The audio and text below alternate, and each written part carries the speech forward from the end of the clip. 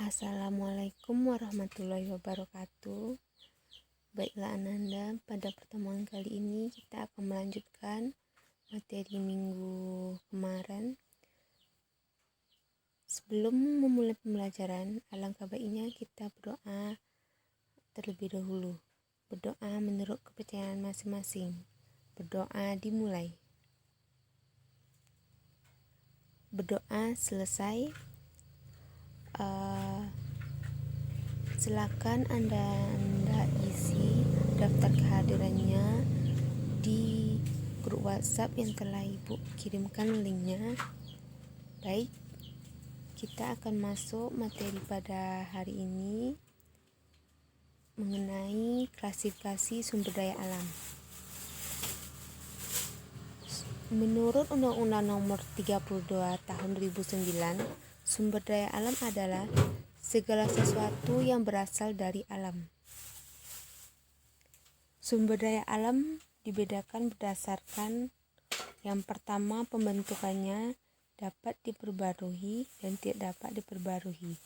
Berdasarkan asalnya, sumber daya alam terbagi dua, non-hayati dan hayati. Berdasarkan pemanfaatannya, sumber daya alam ada tiga, berdasarkan materi, energi, dan ruang. Baik, yang pertama sumber daya alam yang dapat diperbarui. Sumber daya alam yang dapat diperbarui merupakan daya regenerasi, contohnya energi matahari, angin, air, hutan, dan keanekaragaman hayati. Sumber daya alam yang dapat diperbarui mencakup sumber daya biotik atau sumber daya tidak habis dipakai. Sumber daya alam tidak dapat diperbarui seperti bahan bakar fosil, mineral, bahan bakar nuklir. Sumber daya alam tak terbarukan tetapi dapat didaur ulang. Bahan produksi dari bahan fosil seperti plastik. Selanjutnya sumber daya alam non-hayati atau abiotik, contohnya tanah, air, udara, batuan, dan mineral. Sumber daya alam non-hayati yang contoh diperbarui seperti air dan udara, yang tidak dapat diperbarui seperti mineral. Sumber daya alam biotik ini berupa makhluk hidup seperti hutan dan produk hutan, tanaman pertanian, pakan ternak, hewan liar, ataupun peliharaan. Sumber daya alam berdasarkan pemanfaatannya. Yang pertama, sumber daya alam matahari. Sumber daya alam materi. Sumber daya alam materi ini berbentuk fisik, contohnya batu, besi, emas, dan kayu. Sumber daya alam energi, contohnya batu bara, minyak bumi, gas bumi, sinar matahari, dan energi pasang surut. Dan yang ketiga, sumber daya alam ruang, berbentuk aktivitas, contohnya tanah. Berikut ada video, silakan nontonnya.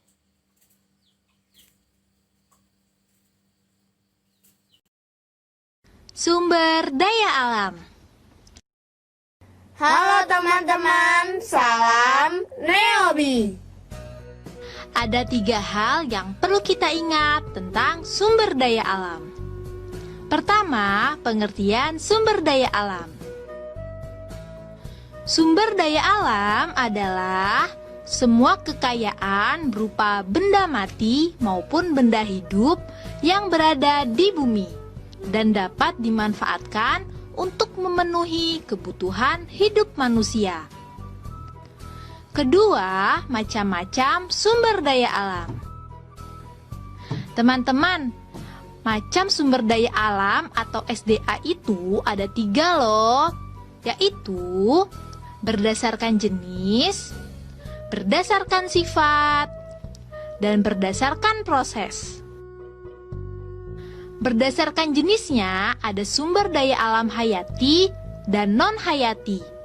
Apa ya perbedaannya? Sumber daya alam hayati itu sumber daya alam yang berasal dari makhluk hidup. Contohnya, tumbuh-tumbuhan dan hewan.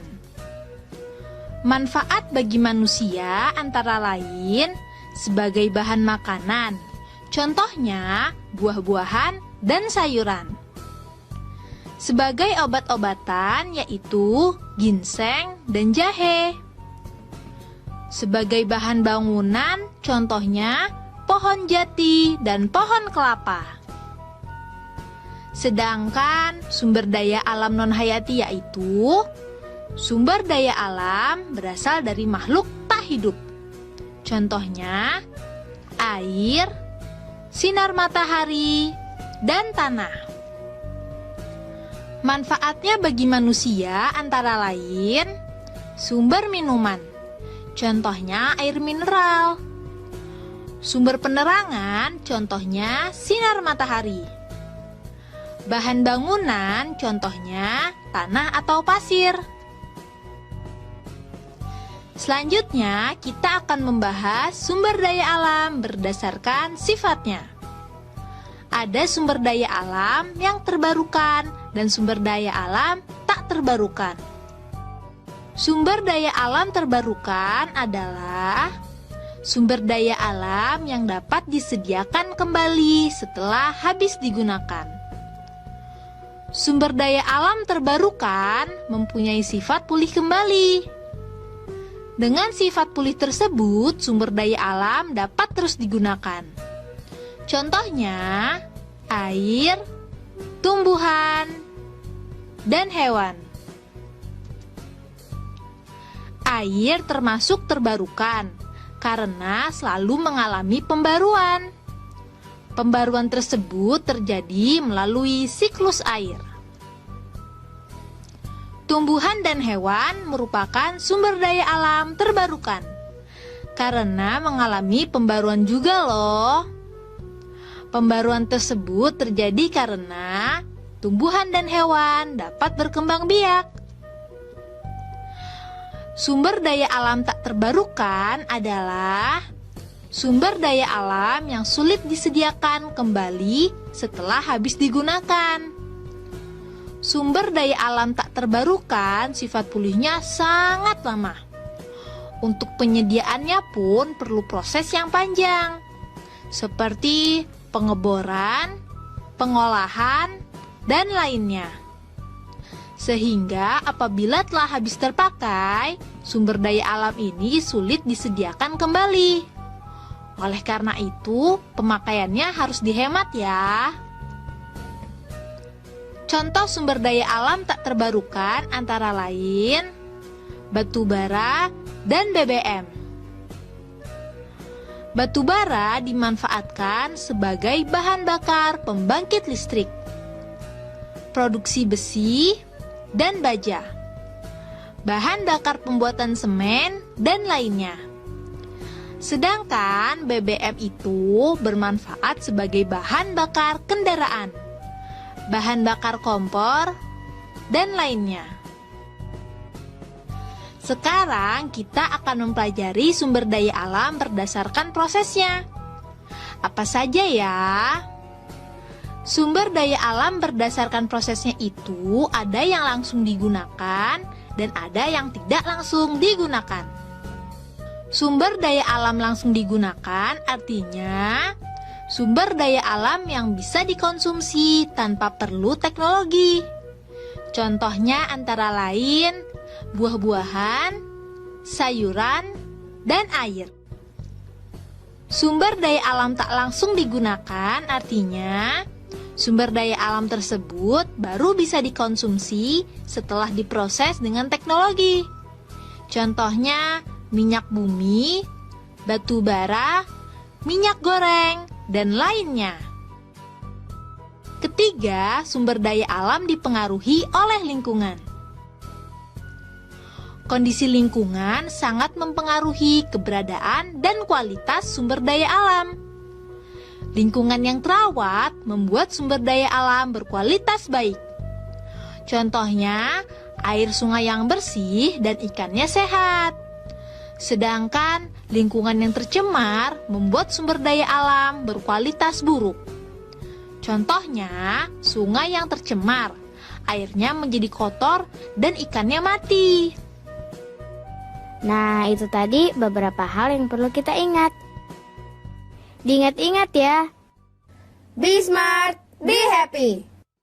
Baik Ananda, materi pada hari ini kita cukupkan sampai di sini. Untuk selanjutnya kita lanjutkan pada grup WhatsApp.